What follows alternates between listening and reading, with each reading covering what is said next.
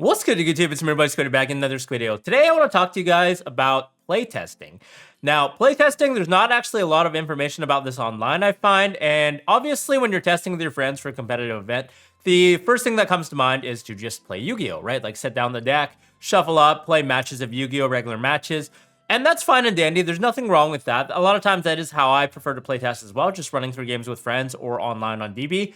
But if you want to maximize your time, there are some techniques that you can actually use, especially when you're testing with a testing circle or a group of friends, that can make it a lot more optimized and you can learn a lot more in a shorter span of time, as well as be able to test a lot of cards. So the first technique that I'm going to cover today is actually playing open hand testing. So this is obviously where you show each other your hands, and both of these techniques can be applied either to real life or Dueling Book. It depends on how you're preferred in testing. I like to do a mixture of both just because Dueling Book is a little more practical when you don't actually have the cards yet, because a lot of times you will be borrowing the cards or trying to get them from other people.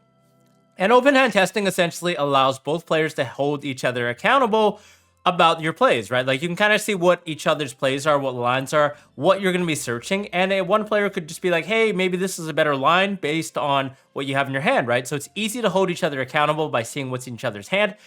The other thing is obviously playing around hand traps. A lot of times when you're at a high intensity tournament, you tend to forget about different hand traps to play around, right? Like we're thinking about Ash, Imperm, Baylor, maybe sometimes you forget about cards like Droll though, or sometimes you forget about cards like the Bystials. So being able to see what each other has will always keep your mind fresh about the type of hand traps that might be prevalent in a specific type of deck or matchup. So that's always a good thing.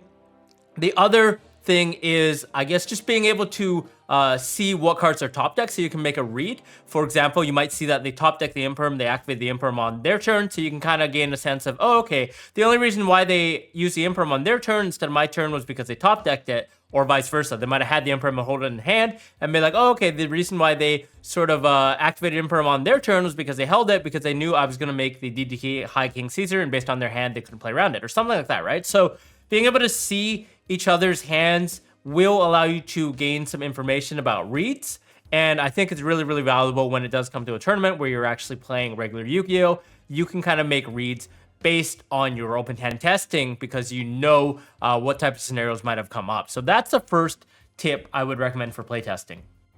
The next tip I want to talk to you guys is adding cards to your hand so you can playtest with them.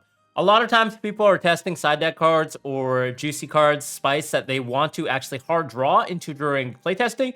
And a lot of times that just doesn't happen, right? Like you might play 10 games and see it once and it might not be live during that specific game.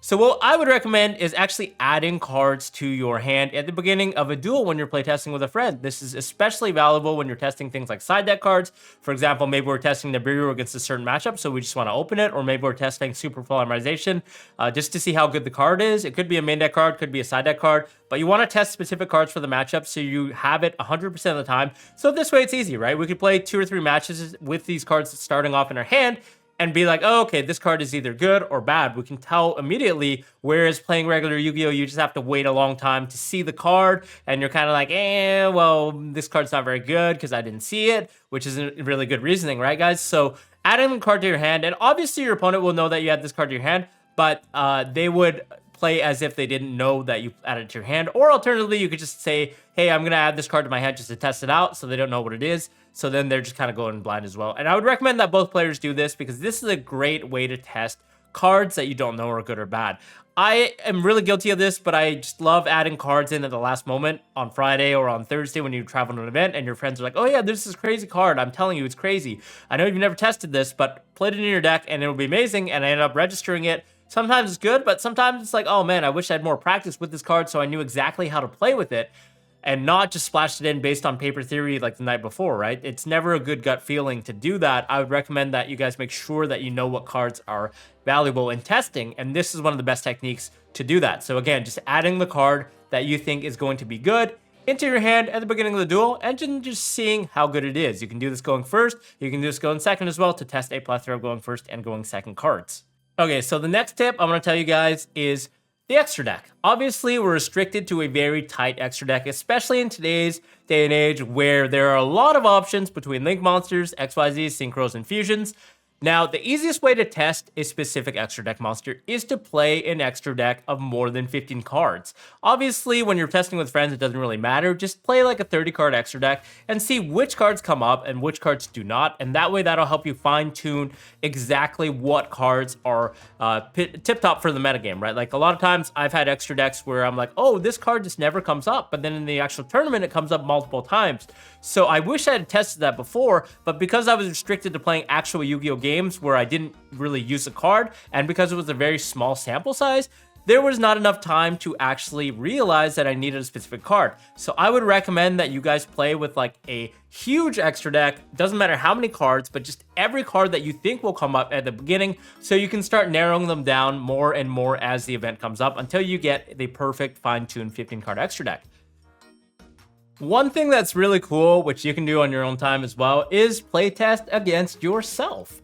And what that means is effectively either having both decks or proxies of both decks if you happen to print out the cards in front of you, or you can just open 2 sessions of DB like I have open here and play with myself. Now, I don't do this a lot anymore just because we do have a lot of people to test with, whether that's a testing circle or a testing partner. But if you don't have a testing circle yet, or if you don't have access to one immediately, then you could actually test with yourself as long as you're very prevalent with multiple decks, because that ensures that you're holding yourself accountable. You're going to be making the best plays to your ability. It definitely helps if your testing circle is a little bit more casual and you don't really have a lot of good players to play against, and you're a little bit better than your testing circle. Then playing with yourself helps a lot, so you can kind of see which cards could be activated against which deck, and then what the matchup is like for a specific deck. I don't really recommend doing this because it is rather time consuming, but it's more so a fail-safe option if you don't really have immediate access to partners to test with. This is just really something that you can do easily on Dueling Book just by playing with yourself.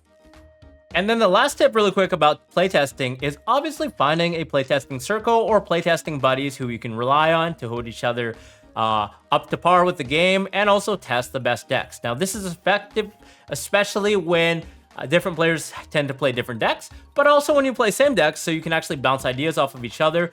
And I would encourage you guys to challenge each other. You know, add some friends on Dueling Book, add a close knit of friends, but try not to make the circle too big, because what happens is when the circle is super big, it's harder and harder to test. So I like to keep it to like 3 or 4, maybe 4 or 5 people, sometimes more, but generally under 10 people. And then when you guys are able to talk about different decks, different options, that's a great thing to do. I would definitely recommend reaching out to people that you played on Dueling Book, or potentially putting together a Discord channel. And it's effective, especially when you are able to test with each other in real life and your friends and you hang out with events, so you guys can trust each other and also borrow cards from each other. You can lend out cards and then come up with the best strategies, right? It's awesome when a group of friends definitely goes to an event with the same deck that they all designed themselves. And from the playtesting, it allows you to come to a solid conclusion and then hopefully do well at an event. So yeah, that's about it for all the tips that I had for testing. If you guys have any more tips about playtesting on Dueling Book or in real life for an event, definitely let us know in the comments below. Other than that, we'll see y'all in the next video. Bye-bye.